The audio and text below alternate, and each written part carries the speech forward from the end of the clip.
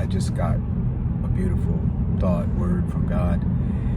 So Abraham positioned himself to receive the promises that were already said. So he's told in Genesis chapter 12 to go to the land of Canaan, a long journey, and he would become a father of nations.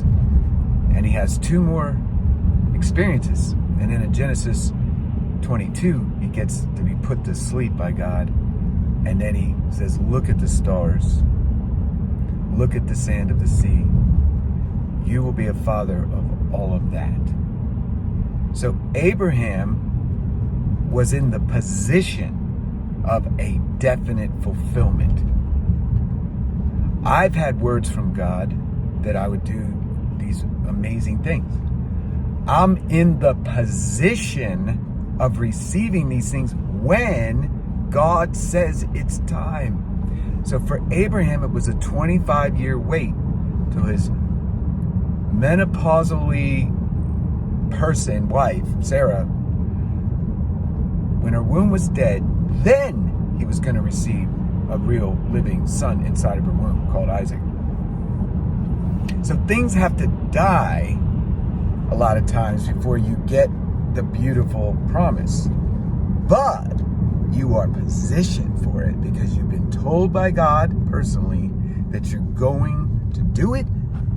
If you do it and you're faithful and you obey and you do what he says, you will positionally receive. Think about David. He's anointed by Samuel in front of his brothers. I'm sure there was jealousy going on. Then he kills Goliath, and he's a great musician. He can comfort Saul when he's going through his distress periods where his mind is going wacko on him because he's disobeyed God at Agag.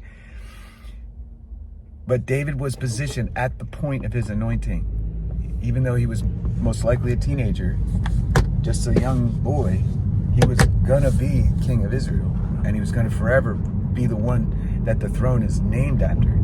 Throne of David. Jesus is going to sit on the throne of David. The living God, Yeshua himself, is going to sit on the throne of David because he was faithful. He wasn't perfect, but he was faithful. When he sinned, he went back to God and he dealt with it because prophet Samuel came. Nathan came, told him a story, and it woke him up.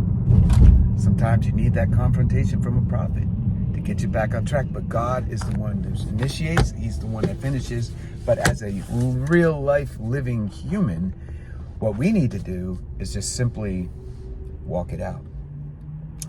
If you've gotten a strong word from God that you're going to do something, that's what you should want, guys. You should want words.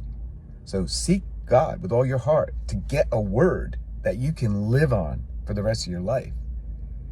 I sought God. The reason he gave me what he's given me on this particular day, because I kept begging him and begging him, what do you want me to do? So I said, show me, show me, show me.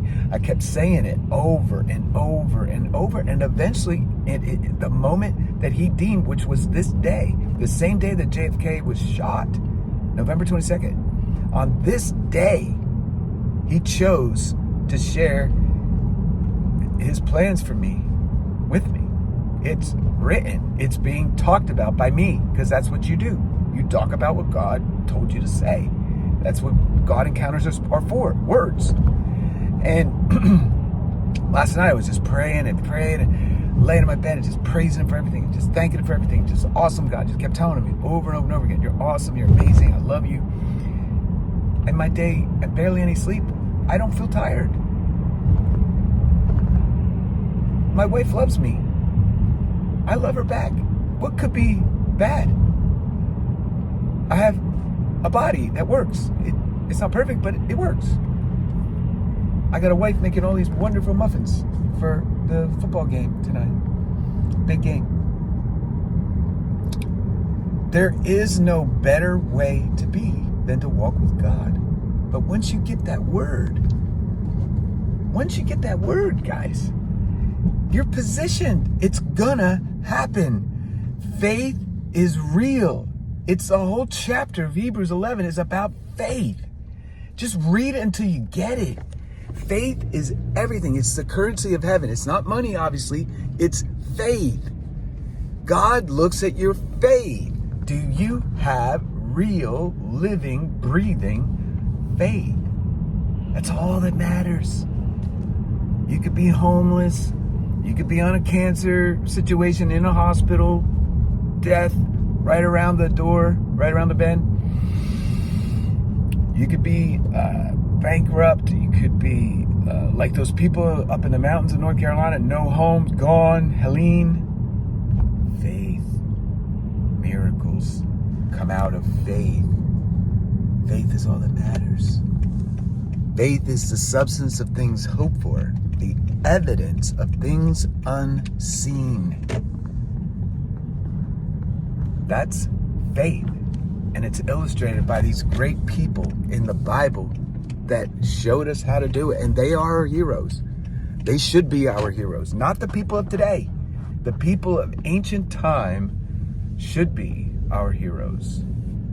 May God bless these words. Shalom.